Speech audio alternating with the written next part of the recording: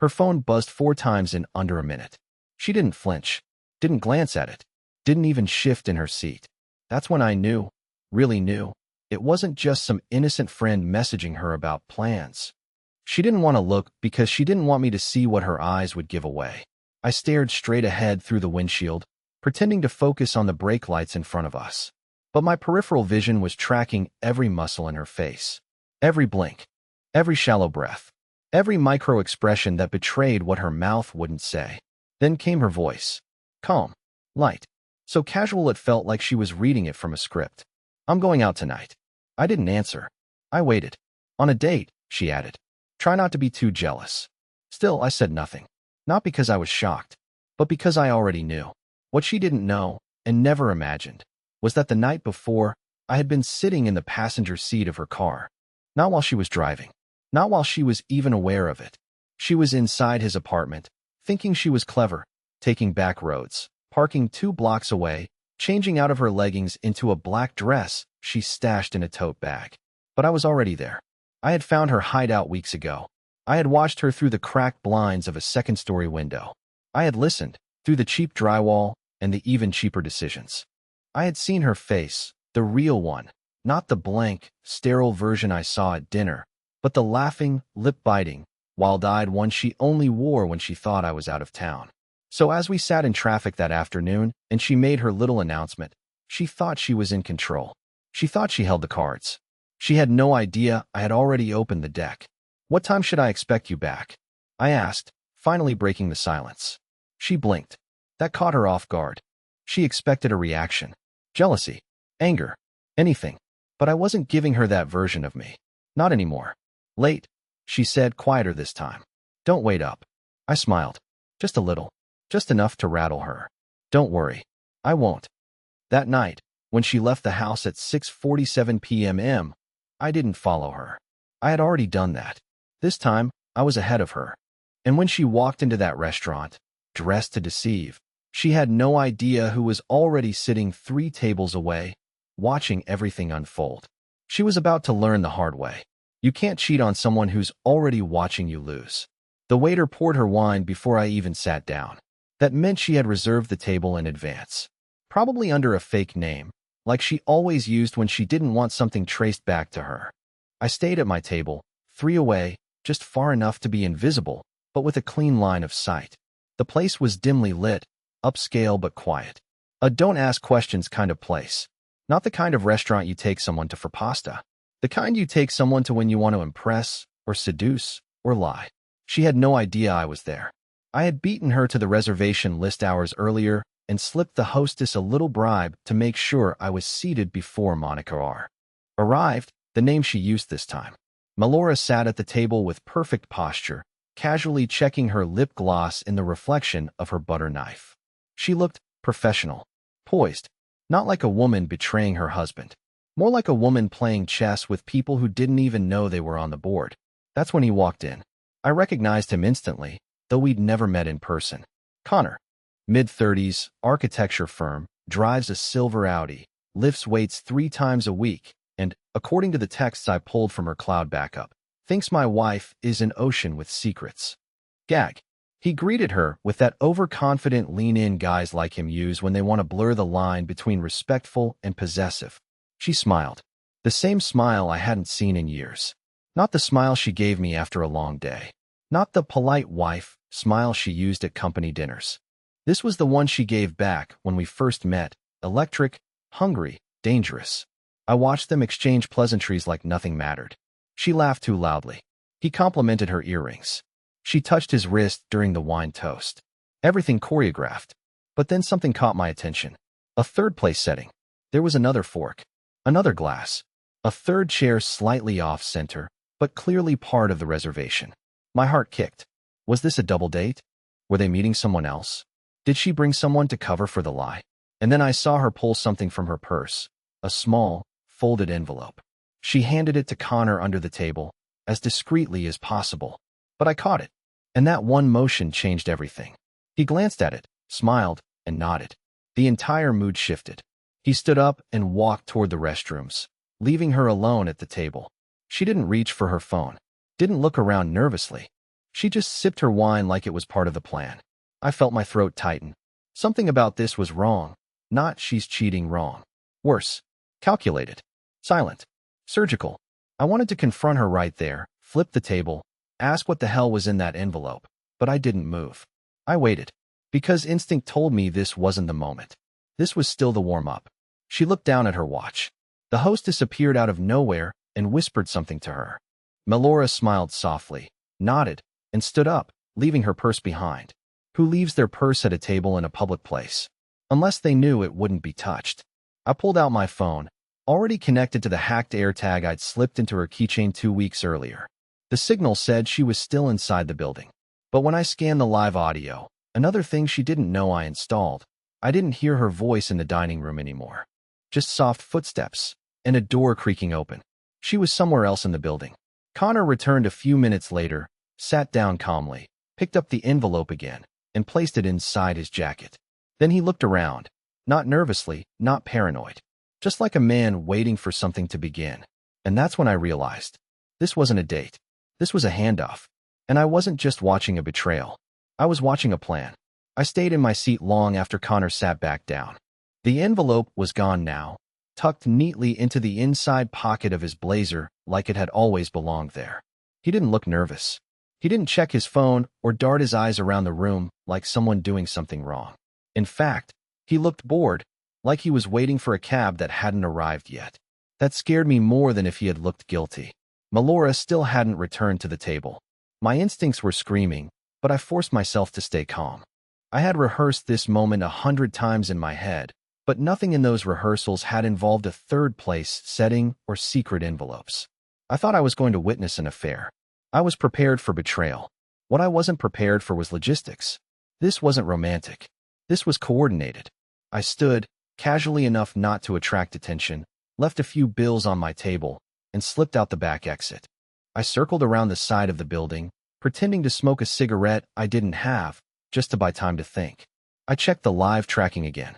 Melora's AirTag was still transmitting, but not from the main dining room anymore.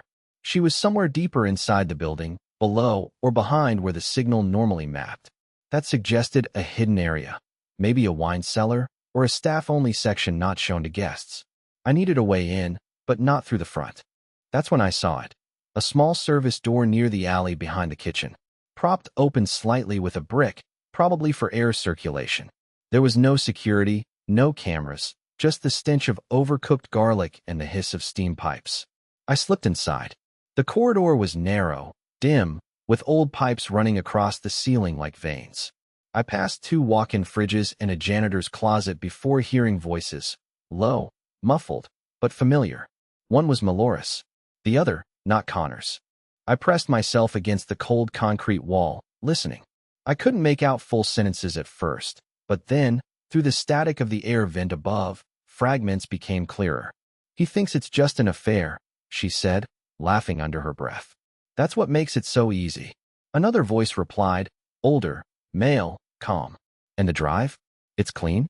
Yes. I checked it myself. No traces. He's never touched it. There was a pause. Then the man continued. And the husband? Melora exhaled sharply, like someone annoyed by a minor inconvenience. He's still playing detective. I gave him just enough rope to think he's clever. He followed me last week. I let him. I wanted him to. I froze. Every hair on my body stood on end. She knew I was tracking her. She wanted me to.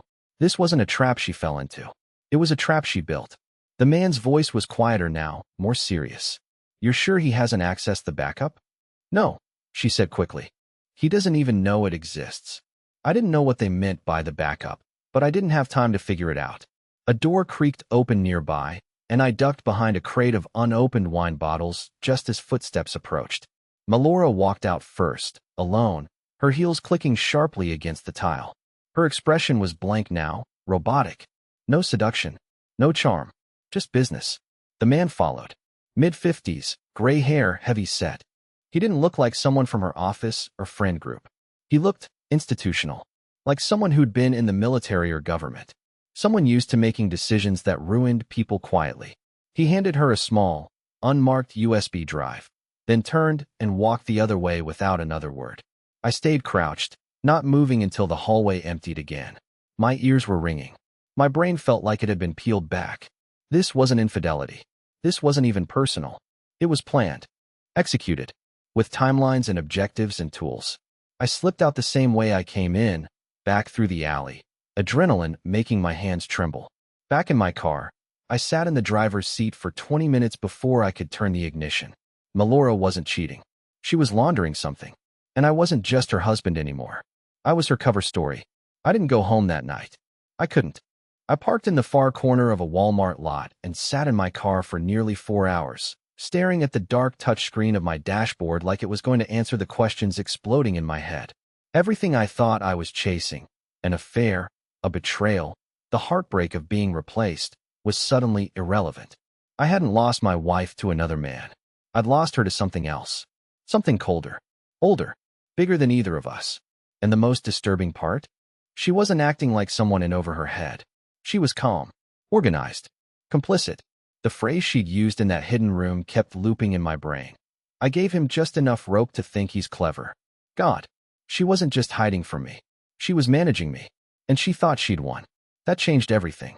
I drove back to the house at 2:12 a.m., quietly, like a thief returning to a crime scene.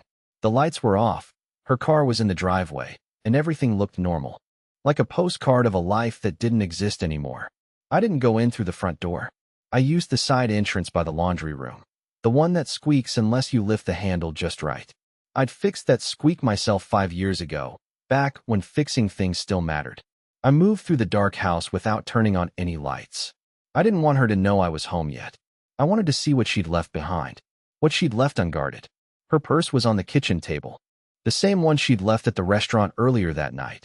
Intentionally, I now realized. A planted object. A prop in a scene designed to distract me. But props still carry fingerprints. I slipped on gloves and unzipped the main compartment. Nothing unusual at first. Compact mirror, wallet, breath mints, a cracked phone charger. Then I noticed the inner zippered pocket. Inside was a small plastic card, matte black, no branding, no labels. It looked like a hotel key card, but thicker, heavier.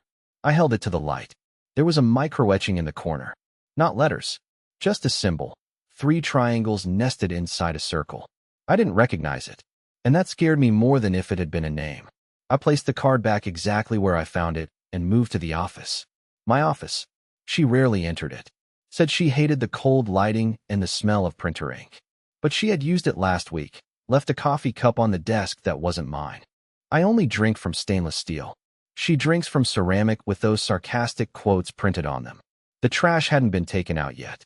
I dug through it carefully, slowly. Most of it was normal, receipts, envelopes, a torn grocery list. But then I found something that made my heart punch the back of my throat. A shipping label. From a warehouse in Nevada. No return address. But the recipient name? Clifford R. Drop 3. That's my name. But I never ordered anything from Nevada. And what the hell was Drop 3? I Googled the address. It led to an unlisted facility. Not a store. Not a corporate chain. Just a set of coordinates on a desert road near Tonopah. Nothing but scrub brush and concrete walls. Melora had ordered something in my name and had it delivered to a location I'd never heard of. Suddenly, everything felt heavier. Like the air in the room was thick with lead. She wasn't just laundering information. She wasn't just handing off mysterious envelopes to mysterious men. She was using me. My name. My identity. My legal footprint. I needed to know what was on that drive the man gave her in the restaurant. But I couldn't ask. Couldn't confront. Not yet. She was playing a long game. And if I showed my hand now, she'd vanish before I ever got real answers. I checked the clock. 3:04 a.m. I returned to the kitchen, wiped down everything I'd touched, then walked up the stairs like I'd just gotten home from an all-nighter at work. I even slammed the bathroom door a little. Just loud enough for her to hear it from our bedroom. She stirred, but didn't get up. Just mumbled something sleepy and turned over. I slipped into bed and stared at the ceiling. There was a strange comfort in knowing she didn't fear me. It meant she underestimated me. And if there's one thing I've learned from all of this, you never leave a man with nothing to lose. It took 3 days for me to find the right door. Not a metaphorical door. I mean that literally. 3 days of obsessing over that black keycard. Researching the symbol etched into its corner. driving around town with it in my glove box, holding it up to random scanners like some lunatic hoping to get lucky. It didn't work anywhere. Not in hotels. Not in parking garages. Not even at the airport terminals. It wasn't until I started cross-referencing the symbol, the three triangles in a circle, that I found my first real lead. An archived forum thread from 2013, buried deep in an old darknet mirror of Reddit. The topic was locked. Most of the posts were deleted. But one reply remained, almost overlooked. That symbol's connected to a private sublevel under the Cortland building. Good luck getting in. The Cortland building. A concrete cube with mirrored windows downtown, across from the museum. I'd driven past it 100 times and never noticed it. No sign out front. No visible tenants. Just polished glass and blank walls. It looked like a place that had been erased on purpose. I took the card and went alone. No backup plan, no burner phone. Just the kind of stupid courage you get when you stop pretending you're safe.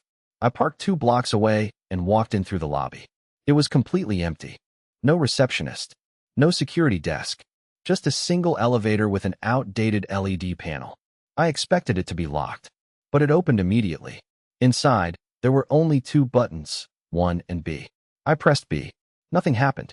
No sound. No motion. Just a soft, red blink. Then I noticed the scanner. It was flush with the back wall of the elevator, almost invisible unless you knew where to look. A thin, horizontal strip of black glass with no markings. I held the card up to it. Nothing. I turned the card over in my hand and tried again, this time angling it so the etched symbol faced the panel. Click. The elevator jerked. Not down, but sideways. I swear to God, the floor shifted laterally, like something out of a movie. I gripped the railing, heart hammering, as the elevator moved sideways for nearly 30 seconds in complete silence, then began descending. When the doors finally opened, I was no longer in the Cortland building. At least, not the part meant for the public. The hallway beyond was dimly lit and narrow, with no signs or labels. Just bare concrete walls and a faint hum. Not electricity, something lower. Like machinery behind thick layers of steel. I stepped out, unsure what I was looking for. Unsure what I'd even say if someone stopped me. But no one did. Because the floor was empty. Not abandoned. No. This place was still in use. Clean, maintained, but lifeless in a way that felt intentional. Like someone wanted it to seem like no one had ever been there. I moved slowly, checking doors one by one. Most were locked. Some were fake, just frames bolted into the wall. But halfway down the second corridor, I found one slightly ajar. Inside was a small room, no larger than a storage closet, but lined with black server racks. The hum was louder in here. Pulsing. Mechanical. Monitored. And on a folding table in the center of the room, a single laptop. No brand. No stickers. Just black matte casing and a cable trailing into the floor. I sat down and touched the trackpad. It lit up instantly. No login screen. No desktop. Just a terminal window already open. Text began to appear as if someone was typing from another location. User Raven? Confirm identity. Error. Access denied. This terminal is under observation. I pulled my hands back. That's when I noticed the camera in the top corner of the room, behind a shatterproof dome. It was moving, tracking me. Watching. I stood up to leave, but before I turned, the screen flashed again. A new message appeared. Tell her to stop. She's in too deep. You don't know what this is. Get out. I didn't wait for more. I left the room, retraced my steps, and got back to the elevator. My hands were shaking as I held up the card again. This time, the elevator reacted immediately, shooting back up, fast, almost violently, until I was dumped back into the empty lobby like nothing had happened. But everything had happened. Melora had access to this place. She had this key. She had used my name to receive something that they didn't want her using, and now I was part of it. I drove home in silence, the card on the passenger seat beside me, like a cursed object I should have never touched. When I pulled into the driveway, Melora was sitting on the porch, calm, legs crossed, sipping wine. She looked at me like she already knew where I'd been. You went looking, didn't you? She asked, tilting her head slightly. Tell me what you found. But I didn't say a word, because I was no longer sure which answer would get me killed faster. Telling the truth, or pretending I was still her fool. The last time Melora and I had a real conversation, she told me we were out of toothpaste. That was 3 weeks ago. Since then, we'd passed each other like ghosts in a shared hallway, breathing the same air but living in different timelines. I stopped expecting things like good morning or good night, or even eye contact. She moved through the house with curated precision, like every step was part of a schedule she wasn't letting me in on. But tonight was different. Tonight, she waited for me. On the porch, legs crossed, wine glass in hand, barefoot. Her phone was face down on the small glass table beside her, which was rare. She usually clung to it like it held her soul. She didn't look startled when I pulled into the driveway. She didn't wave, just stared, cool and still, as if she knew the script and I was the one late to rehearsal. I killed the engine and sat in the car for a moment longer than necessary. My pulse was still racing from the elevator, from the message, from the part of me that still didn't understand what she was really into, or who the hell they were. I could have walked into a trap tonight, and she wouldn't have flinched. That was what scared me the most. I stepped out and walked toward the porch like I hadn't just descended into a concrete netherworld guarded by invisible systems and warnings typed in all caps. She raised her glass slightly, as if greeting a neighbor. "Busy evening?" she asked, voice light, melodic, too soft for the moment. I didn't answer. I sat across from her in the chair I usually avoided, the one with the cracked armrest and warped cushion. The discomfort felt appropriate. For a long time, we didn't speak. She sipped. I stared. Then she broke the silence again, with surgical precision. "I told you not to go looking. You didn't tell me anything." I replied, my voice flatter than I expected. "You just disappeared and left breadcrumbs." "I left a net," she said, tilting her head. "Breadcrumbs are for children. Nets are for men who think they're smarter than they are." "You planted the keycard." She smiled, not widely, not arrogantly, just enough to confirm what I already knew. "I needed to know if they were watching you yet," she said. My throat tightened. "They are." I figured. I leaned forward. "What is this, Melora? What are you in? Who is they? And why am I being used like a pawn in something I don't understand?" She stared at me then. Really stared, like peeling back layers of skin to get to the bone underneath. "It's not about what you understand," she said slowly. "It's about what you're willing to carry without breaking." I blinked. "That's not an answer. It's the only one you get until you decide." "Decide what?" Her smile vanished now. "Whether you're just going to survive this, or whether you're going to be part of it." A chill ran down my back. "What the hell is it?" She stood up, walked over to me, and crouched at my feet. Her hand reached into her robe pocket and pulled out a small metal case, about the size of a business card holder. She placed it in my lap like it weighed something. Inside were 2 pills. No markings. One red, one gray. "You remember how you asked me, years ago, what I did for the agency before I quit?" I nodded slowly. "You said it was data classification for civilian logistics." She gave a soft, humorless laugh. "That wasn't a lie. That was the name they gave to things they didn't want Congress funding directly." I opened my mouth to speak, but she raised a finger. "You need to understand something, Cliff. There are entire cities underground. Archives no one in Washington knows about. Technologies that rewrite themselves every 7 days. You don't get to stumble into those places and walk away clean. That building you found, that was a doorway. One of dozens." I stared at the pills. "What are these?" I asked. "One lets you forget," she said. "The other makes you remember everything. Not just what I've told you. Everything I've erased." "Erased?" She stood up again. "You don't think this was our first time having this conversation, do you?" Silence. My vision swam a little. She leaned down, kissed me softly on the forehead, then whispered something that shattered me. "You've chosen the red one 4 times." I looked up at her, pulse thundering in my ears. "And every time, Cliff, you came back here thinking you were the detective in the marriage, that you were uncovering me." She stepped back into the house and closed the door without another word, leaving me alone, once again.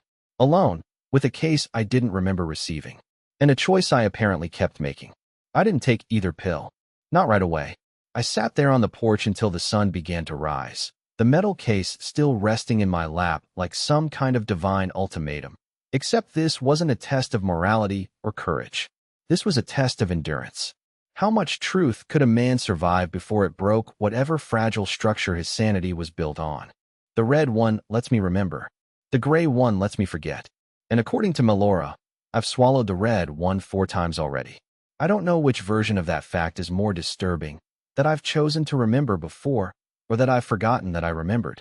I walked inside the house just after 6, barefoot, the box still in my hand. The living room was empty. The bedroom door was open. She was gone. Not just gone in the ran to the store way. Gone as in, closet half empty, drawers ajar, no toothbrush in the holder, no slippers by the bed. It was like she'd been erased again, with the precision of someone who'd done it many, many times. Except for one thing. In the office, my office, the one she never used unless she was hiding something, she left a single object in the center of the desk. A photograph. Printed. Matte finish. No timestamp. No caption. It was of me, sitting on a bench I didn't recognize, wearing clothes I don't own. Beside me sat a woman who looked like Melora, but younger. Different haircut. No wedding ring. And we weren't just sitting there like strangers. I had my arm around her. She was laughing. We looked. In love. And I have no memory of this. I flipped the photo over. Written in pen, in her handwriting. You told me to leave it this time. So I did. I sank into the chair, dizzy, the world spinning just slightly off axis. My hands were trembling, but my mind was racing in ways I couldn't slow down anymore. Had I lived alternate versions of this life with her? Had I taken that red pill again and again, each time digging into some hidden rabbit hole, only to crash into something so overwhelming that I begged to forget? Why would anyone ask to forget something that felt like love? Unless it wasn't love. Unless it was a weapon disguised as love. I didn't go to work that day. Or the next. I didn't answer calls or check emails. I sat at home surrounded by fragments of a life that now felt like stage props. Every drawer I opened, every cabinet, every file I pulled out, none of it felt like mine. It felt planted. As if someone had arranged the details just enough to keep me from asking questions. But they made mistakes. The receipts in the junk drawer were printed in French. The cereal in the pantry was expired by 6 years. The saved voicemails on the landline, who even has a landline anymore, were from names I didn't recognize and voices that didn't sound like anyone I knew. My name was on everything, but nothing felt like it belonged to me. And then came the dream. Or maybe it wasn't a dream. I can't trust the difference anymore. In it, I'm strapped to a chair in a sterile white room. There's a screen in front of me, flashing images, wars, faces, cities, and a voice repeating my name over and over again. Only it's not just Cliff. It's Clifford R. Pierce. Directive class, retained asset, memory cycling, active. I wake up gasping, drenched in sweat, the red pill box still clutched in my fist. If this is real, if what Melora says is true, then I've been through all this before. I've asked the same questions, felt the same betrayals, and every time, I've circled right back to the beginning. Because the truth wasn't something I could just learn. It was something I had to choose to carry. And I never made it past that point. Until now. Because this time, she left the photo. This time, she didn't come back. This time, there's no one guiding me. Just 2 pills. And a question no one wants to answer. What happens after the 5th time you wake up and realize your life isn't yours anymore? I held the red capsule up to the light. It looked harmless. Almost fake. Like the kind of thing you'd find in a candy machine. And yet, it may contain everything I've ever wanted to forget. I took a deep breath. Swallowed it dry. The taste was bitter, metallic, clinical. Nothing happened right away. But the second I stood up, I knew something was different. There was a whisper at the edge of my hearing, not a sound, but a memory. The shape of something I used to know. A hallway. A name. A fire. A screaming voice yelling reset him. Now. Then, static. Darkness. And one phrase, clear and bright like a voice inside my skull. You should have left well enough alone. The memories didn't return all at once. They came like waves in a broken tide, crashing out of order, bleeding into each other, layered over the present like double exposures on a film reel. First came the corridors. Not the ones in the Cortland building, deeper ones. Fluorescent white, humming. Rooms filled with monitors. Voices speaking languages I didn't recognize, and some that weren't languages at all. Then came faces. Some familiar, most not. People I had trusted. People I had killed. And one, always one, who never changed. Melora. Except her name wasn't Melora. Not at first. In one version, she was Sarah. In another, Laya. Once, just a number. But her eyes? Always the same. The same weight. The same clarity. And always looking at me like she loved me. Even when she was holding a scalpel or giving the order to wipe me again.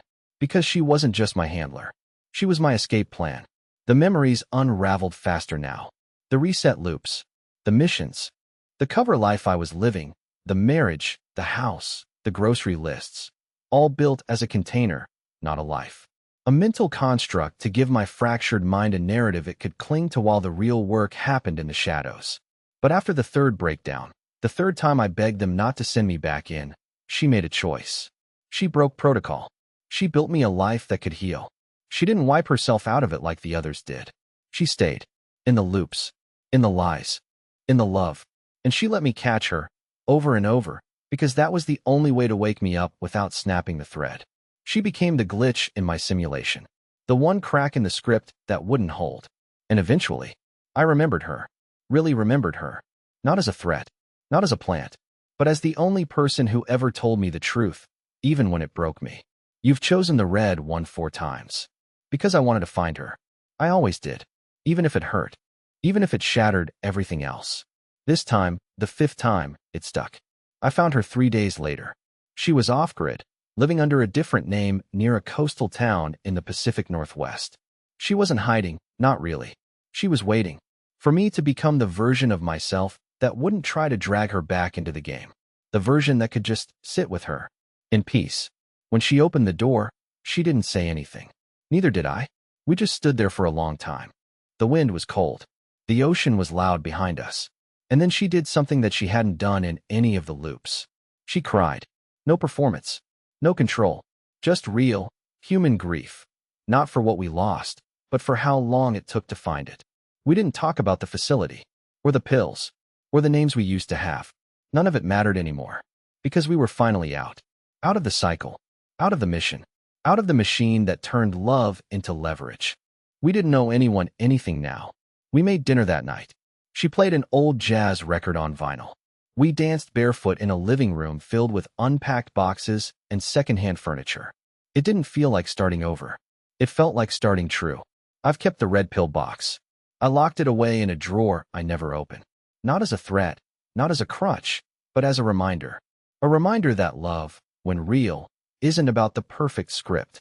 It's about the choice to stay when you know how the story ends, and still write it anyway.